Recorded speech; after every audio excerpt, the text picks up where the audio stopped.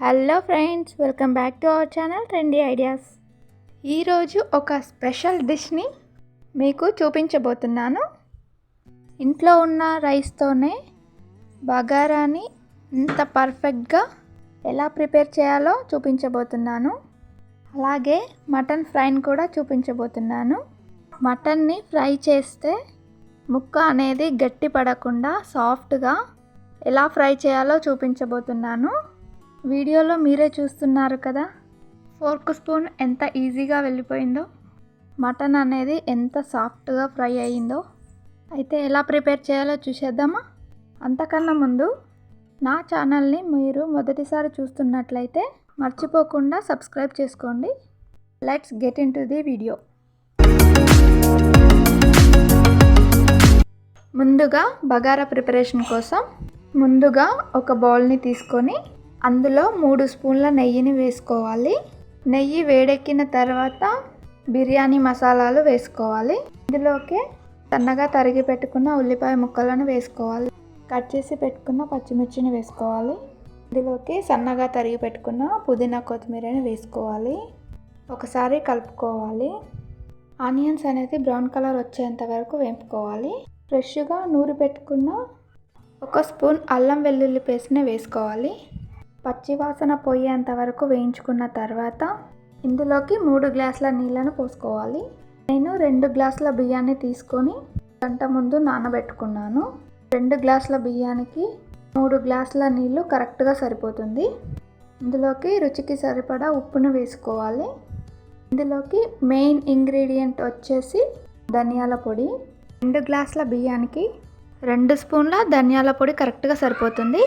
ప్యాకెట్లోది కాకుండా ఇంట్లోనే ధనియాల పొడిని ప్రిపేర్ చేసుకొని వేసుకుంటే టేస్ట్ చాలా బాగుంటుంది. ఇలా ఒకసారి కలుపుకొని మూత పెట్టుకొని నీళ్లు మసిలేంత వరకు ఉంచుకోవాలి. నీళ్లు మసిలిన తర్వాత ఇందులోకి ముందుగా నానబెట్టుకున్న 2 గ్లాసుల బియ్యాన్ని వేసుకోవాలి. వీడియోని ఎక్కడా స్కిప్ చేయకుండా చివరి వరకు చూడండి. ఒకసారి ఇలాగా పూర్తిగా కలిసేంత వరకు కలుపుకోండి. కలుపుకున్న తర్వాత 5 నుంచి 10 నిమిషాల వరకు ఉడికించుకోవాలి.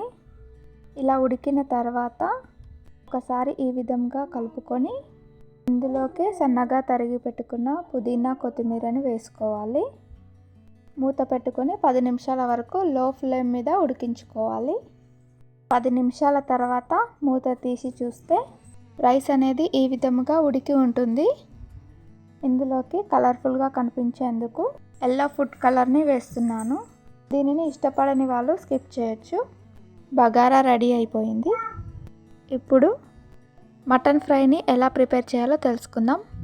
ముందుగా ఒక కుక్కర్ని తీసుకొని కడిగి పెట్టుకున్న మటన్ని తీసుకోవాలి. ఇందులోకి కొద్దిగా చింతపండును వేసుకోవాలి. సన్నగా తరిగి పెట్టుకున్న ఉల్లిపాయ ముక్కలను వేసుకోవాలి. కట్ చేసి పెట్టుకున్న 2 పచ్చిమిర్చిని వేసుకోవాలి. ఇందులోకి పుదీనా కొత్తిమీరను వేసుకోవాలి. ఒక రెమ్మ కరివేపాకును వేసుకోవాలి. ఇందులోకి ఒక బిర్యానీ ఆకు, ఒక లవంగం మొగ్గ, 2 ఇలాచీలు, కొద్దిగా స్టోన్ ఫ్లవర్ని, అలాగే కొంచెం షాజీరాని వేసుకోవాలి. 1/2 టేబుల్ స్పూన్ పసుపును వేసుకోవాలి. 1 స్పూన్ ధనియాల పొడిని వేసుకోవాలి. రుచికి సరిపడా ఉప్పుని వేసుకోవాలి. ఇవన్నీ కలిసేలా చేతితో ఈ విధముగా కలుపుకోవాలి. ఇలా మొత్తం కలుపుకున్న తర్వాత ఇందులోకి 1 స్పూన్ ఆయిల్ని వేసుకోవాలి. ఇప్పుడు కుక్కర్ మూత పెట్టుకొని స్టవ్ ఆన్ చేసుకోవాలి. 3 విజిల్స్ వచ్చేంత వరకు ఉడికించుకోవాలి. 3 విజిల్స్ తర్వాత స్టవ్ ఆఫ్ చేసుకోవాలి. ప్రెషర్ మొత్తం పోయేంత వరకు ఉంచుకొని తర్వాత మూతని తీయాలి. మటన్లో వచ్చే వాటరు కొంచెం ఉండేలాగా చూసుకోవాలి. ఇలా వాటర్ ఉండడం వలన ఫ్రై చేసినప్పుడు మటన్ పీస్ సాఫ్ట్గా ఫ్రై అవుతుంది. ఇప్పుడు ఒక కడాయిని తీసుకొని 2 స్పూన్ల ఆయిల్ని వేసుకోవాలి. ఆయిల్ వేడెక్కిన తర్వాత సన్నగా తరిగి పెట్టుకున్న ఉల్లిపాయ ముక్కలను వేసుకోవాలి. ఇందులోనే కొంచెం కరివేపాకు, పుదీనా కొత్తిమీరను వేసుకోవాలి. ఉల్లిపాయ ముక్కలను రంగు మారేంత వరకు వేయించుకోవాలి. ఇందులో 1 స్పూన్ ఫ్రెష్గా నూరి పెట్టుకున్న అల్లం వెల్లుల్లి పేస్ట్ని వేసుకొని వేయించుకోవాలి. 1 స్పూన్ పసుపును వేసి కలుపుకోవాలి. ఇందులోనే ఉడికించుకున్న మటన్ని వాటర్తో సహా వేసుకోవాలి. ఒకసారి కలుపుకొని మూత పెట్టుకొని 10-15 నిమిషాల వరకు ఉడికించుకోవాలి. 10 నిమిషాల తర్వాత ఇలా వాటర్ మొత్తం ఇంకిపోతుంది. ఈ స్టేజిలోనే 2 స్పూన్ల కారాన్ని వేసుకొని కలుపుకోవాలి. రుచికి సరిపడా ఉప్పును వేసుకోవాలి. ఒకసారి కలుపుకొని మూత పెట్టుకోవాలి. 5 నిమిషాల తర్వాత ఇలా ఫ్రై అవుతుంది. ఇందులోనే పొట్టు తీసి పెట్టుకున్న వెల్లిపాయ ముక్కలని కట్ చేసి వేసుకోవాలి. 1 స్పూన్ ధనియాల పొడి వేసుకోవాలి. కొంచెం కొత్తిమీర, పుదీనా వేసుకోవాలి. మూత పెట్టుకొని 2 నిమిషాల వరకు ఫ్రై చేసుకోవాలి. 2 నిమిషాల తర్వాత స్టవ్ ఆఫ్ చేసుకోవాలి.